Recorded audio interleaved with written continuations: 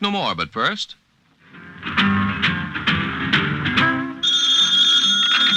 Hello? Oh, hello, Martha. No, just finishing my housework and enjoying NBC Bandstand on the radio. Oh, it's just fabulous. This week they have Bert Parks, of course, and the Glenn Miller Orchestra under the direction of Ray McKinley.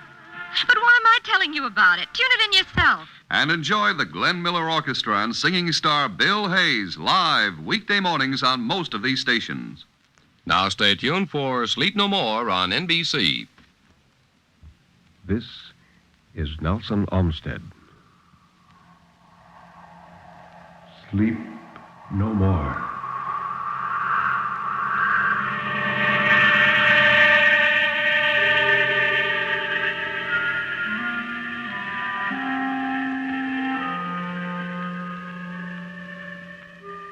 Sleep no more. Turn down the lights. Sink back in your chair and don't look into the shadows. In the shadows, there may be moving things.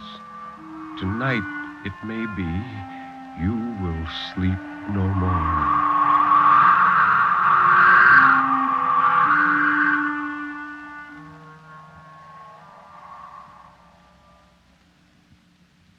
Good evening. This is Ben Grauer introducing tonight's tale of terror, told by Nelson Olmsted on the National Broadcasting Company's presentation of Sleep No More. The story of terror can be as simple as a sheeted ghost rattling chains. It can be a complex and hidden world of horror, lurking in such unholy dimensions as only the dead and the moonstruck can glimpse. Or it can be those terrible, fathomless shadows which lie buried deep in the primitive mind of civilized man. And for this evening, well, Nelson Olmsted, tell us about this evening's story.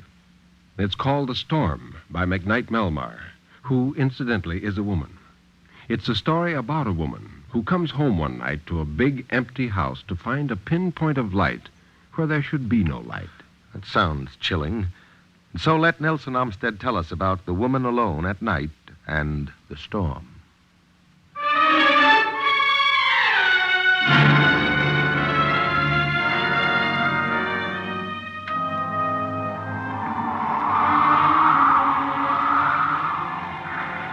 She inserted her key in the lock and turned the knob.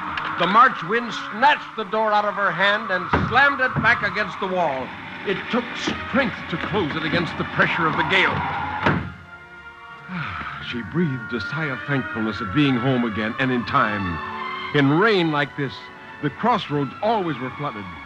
Half an hour later, her cab couldn't have got through the rising water, and there was no alternative route. There was no light anywhere in the house. Ben wasn't home then. As she turned on the lamp by the sofa, she had a sense of anticlimax. All the way home, she had been visiting her sister. She had seen herself going into a lighted house to Ben, who would be sitting by the fire with his paper.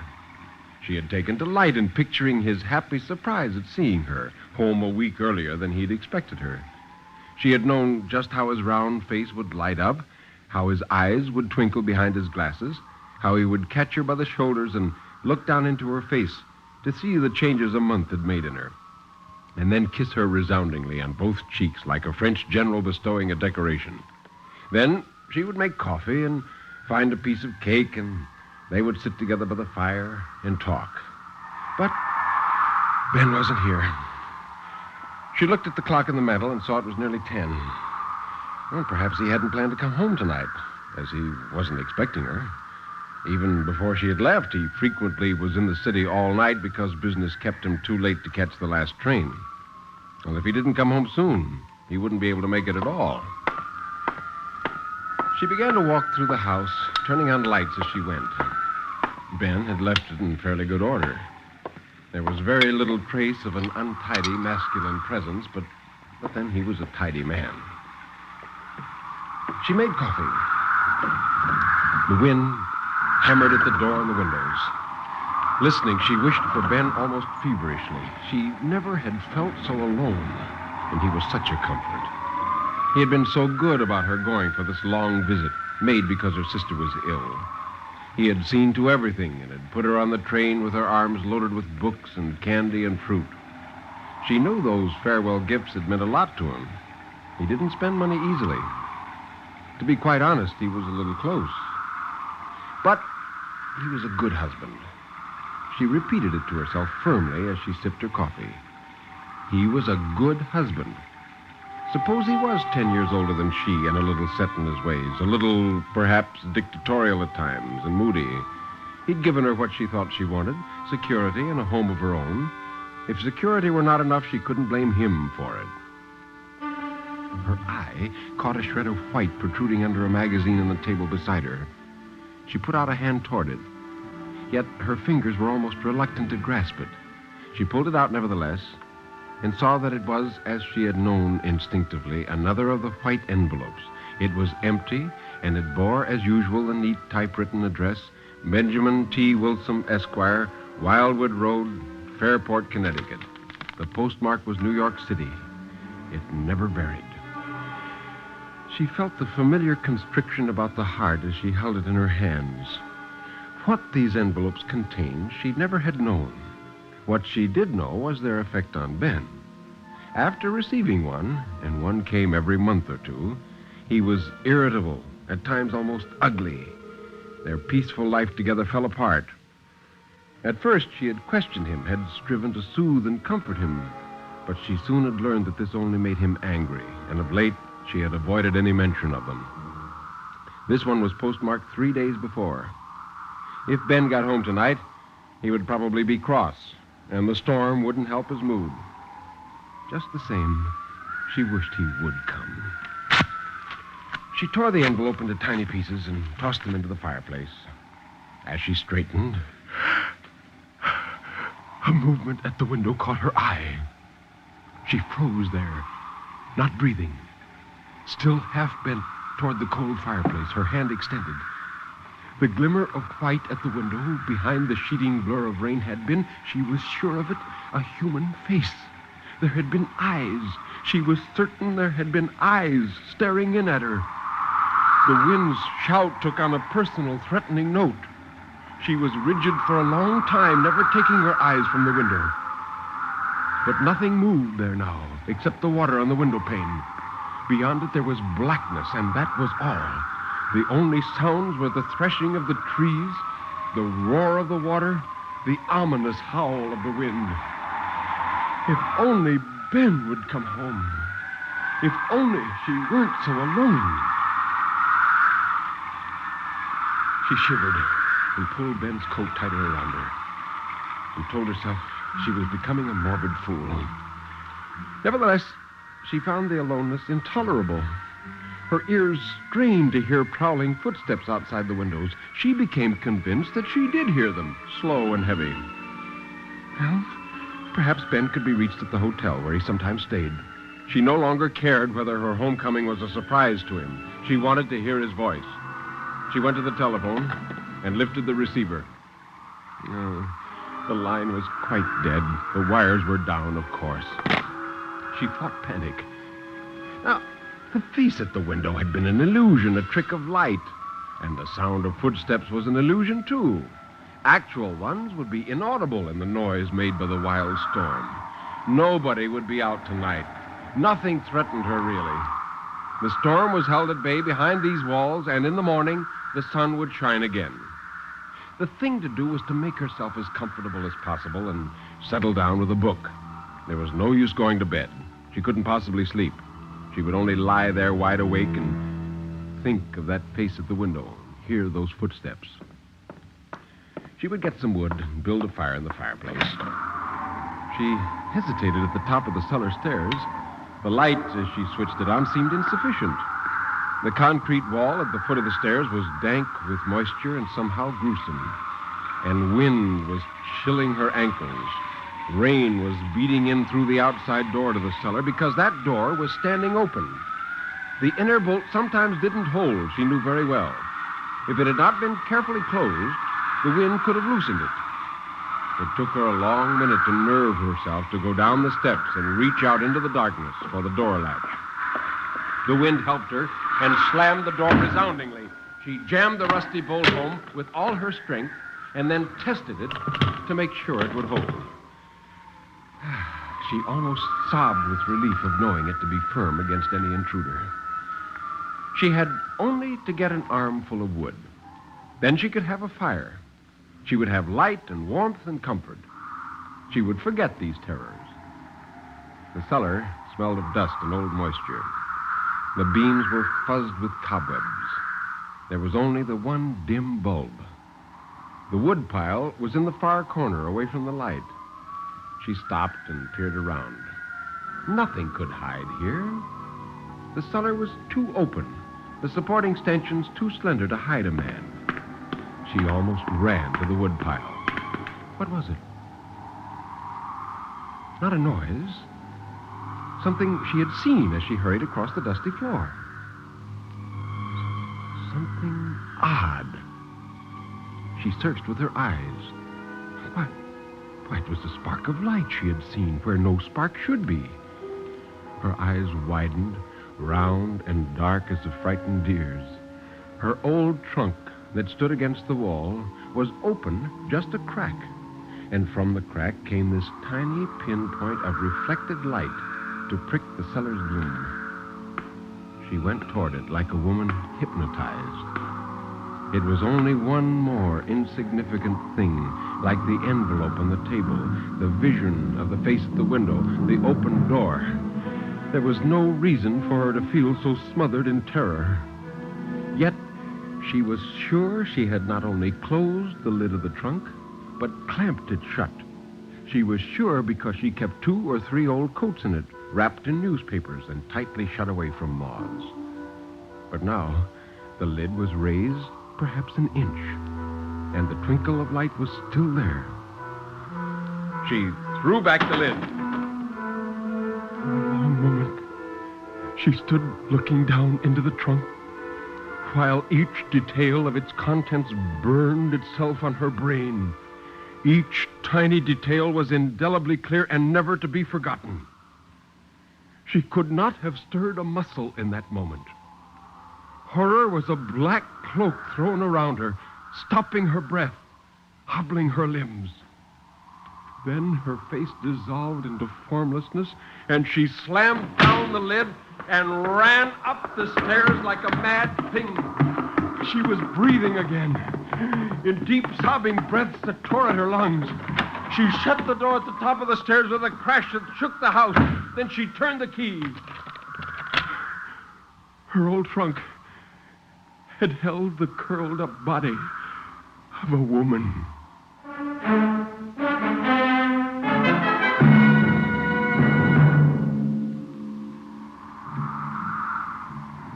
Her first impulse was to get out of the house. But in the time it took her to get to the front door, she remembered the face at the window. Oh, perhaps she hadn't imagined it after all. Perhaps it was the face of a murderer. A murderer waiting for her out there in the storm, ready to spring on her out of the dark and the rain. She fell into the big chair, her huddled body shaken by great tremors. She couldn't stay here, not with that thing in her trunk. Yet she dared not leave. Her whole being cried out for Ben. He would know what to do. She closed her eyes, opened them again, rubbed them hard. The picture still burned into her brain as if it had been etched with acid. Her hair, loosened, fell in soft, straight wisps around her forehead, and her mouth was slack with terror. She had not seen the face of the woman. The head had been tucked down into the hollow of the shoulder, and a shower of fair hair had fallen over it. The woman had worn a red dress. One hand had rested near the edge of the trunk, and on its third finger there had been a man's ring, a signet bearing the raised figure of a rampant lion with a small diamond between its paws. It had been the diamond that caught the light. The little bulb in the corner of the cellar had picked out this ring from the semi-darkness and made it stand out like a beacon. She would never be able to forget it. Shudders continued to shake her.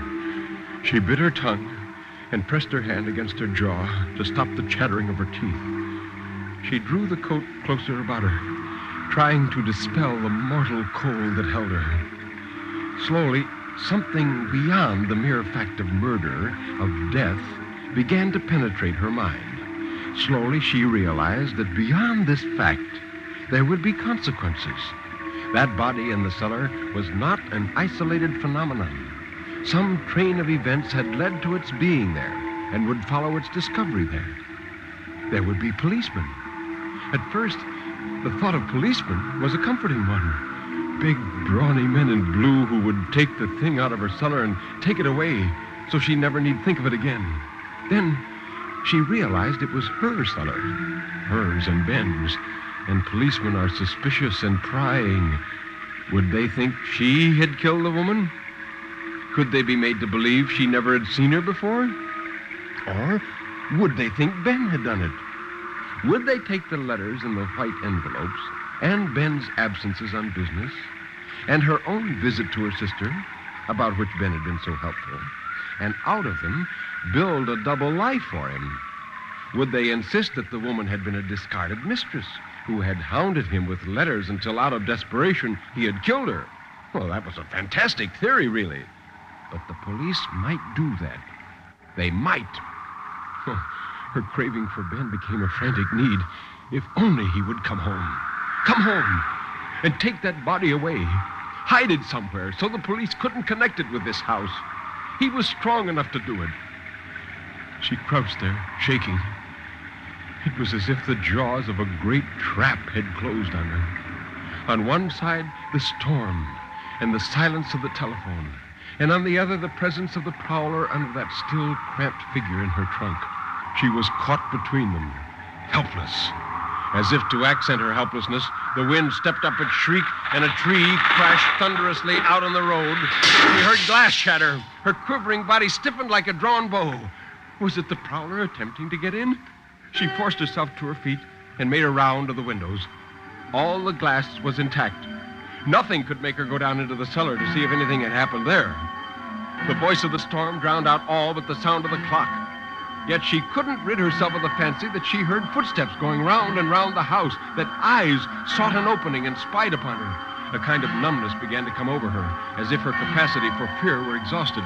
She went back to the chair and curled up in it. 11. Midnight.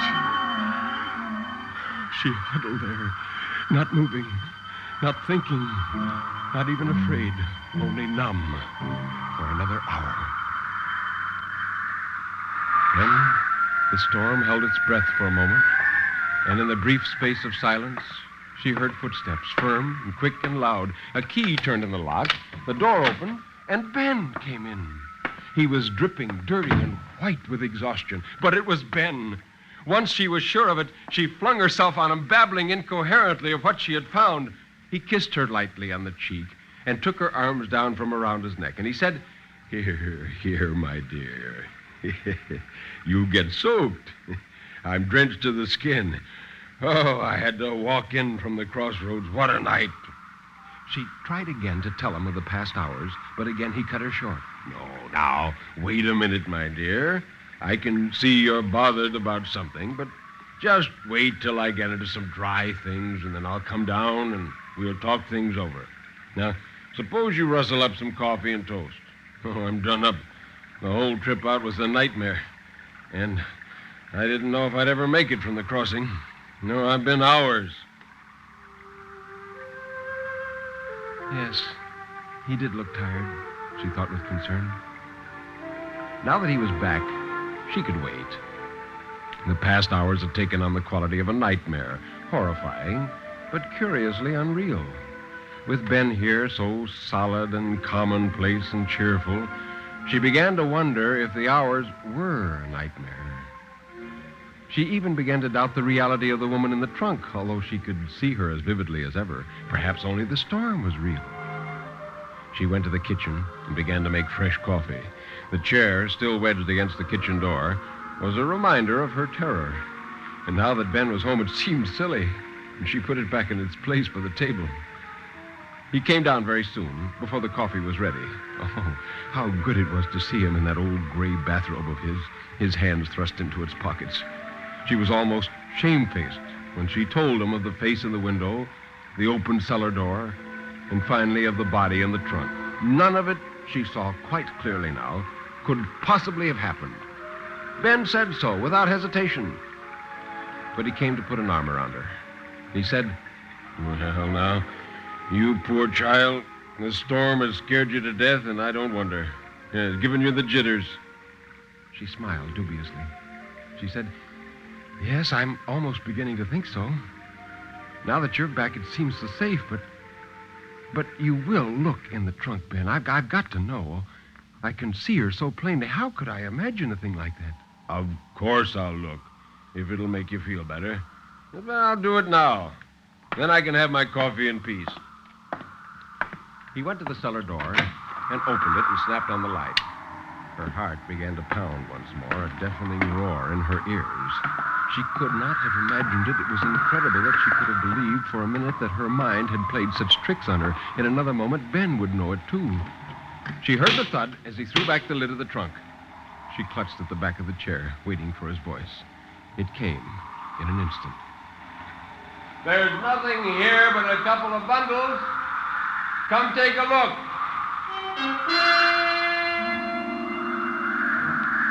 Nothing? Her knees were weak as she went down the stairs, down into the cellar again. It was still musty and damp and draped with cobwebs. The light was still dim. It was just as she remembered it, except the wind was whistling through a broken window and rain was spattering in on the bits of shattered glass on the floor. The branch lying across the sill had removed every scrap of glass from the frame and left not a single jagged edge. Ben was standing by the open trunk, waiting for her. His stocky body was a bulwark. He said, "You see? There's nothing. Just some old clothes of yours, I guess." She went to stand beside him. Was she losing her mind? Would she now see that crushed figure in there, see the red dress, the smooth, shining knees when Ben could not, and the ring with the diamond between the lion's paws? Her eyes looked almost reluctantly into the trunk. But why, it is empty. There were the neat, newspaper-wrapped packages she'd put away so carefully, just as she had left them deep in the bottom of the trunk, and nothing else. Why, she must have imagined the body. She was light with the relief the knowledge brought her. The actual physical danger did not exist and never had existed. Why, the threat of the law hanging over Ben had been based in a dream, and she said, I dreamed it all. I must have. Yet it was so horribly clear, and I wasn't asleep, and I thought, oh, Ben, I thought... What did you think, my dear? He stood looking down at her with an immobility that chilled her more than the cold wind that swept in through the broken window. She tried to read his face, but the light from the single bulb was too weak. It left his features shadowed in broad, dark planes that made him look like a stranger and somehow sinister. And she said, What was it you thought? She backed away from him. He moved then. It was only to take his hands from his pockets, to stretch his arms toward her, but she stood there for an instant staring at the thing that left her stricken with a voiceless scream forming in her throat. She was never to know whether his arms had been outstretched to take her within their shelter or to clutch at her white neck, for she turned and fled, stumbling up the stairs in a mad panic of escape. He shouted, "Janet! Janet!" His steps were heavy behind her. He tripped on the bottom step and fell on one knee and cursed. Terror lent her strength and speed. She could not be mistaken. Although she had seen it only once, she knew that on the little finger of his left hand there had been the unmistakable ring the dead woman had worn. Oh, the blessed wind snatched the front door from her and flung it wide, and she was out in the safe, dark shelter of the storm.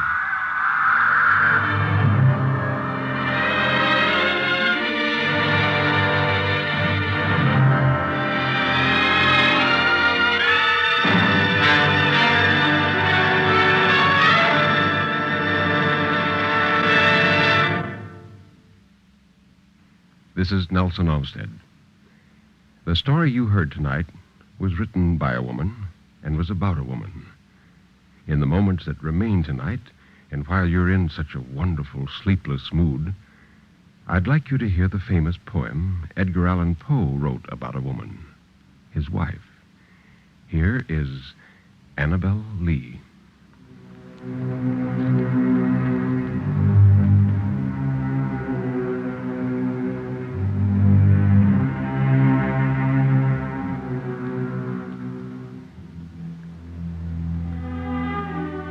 It was many and many a year ago in a kingdom by the sea that a maiden there lived whom you may know by the name of Annabel Lee. And this maiden she lived with no other thought than to love and be loved by me. I was a child, and she was a child in this kingdom by the sea. But we loved with a love that was more than love, I and my Annabel Lee, with a love the winged seraphs of heaven coveted her and me. And this was the reason that long ago, in this kingdom by the sea, a wind blew out of a cloud, chilling my beautiful Annabel Lee, so that her high-born kinsman came and bore her away from me, to shut her up in a sepulchre in this kingdom by the sea. The angels, not half so happy in heaven, went envying her and me. Yes, this was the reason, as all men know in this kingdom by the sea, that the wind came out of the cloud by night, chilling and killing my Annabel Lee. But our love, it was stronger by far than the love of those who were older than we, of many far wiser than we. And neither the angels in heaven above nor the demons down under the sea can ever dissever my soul from the soul of the beautiful Annabel Lee. For the moon never beams without bringing me dreams of the beautiful Annabel Lee. And the stars never rise but I see the bright eyes of the beautiful Annabel Lee. And so, all the night tide, I lie down by the side of my darling, my life and my bride, in her sepulchre there by the sea, in her tomb by the side of the sea.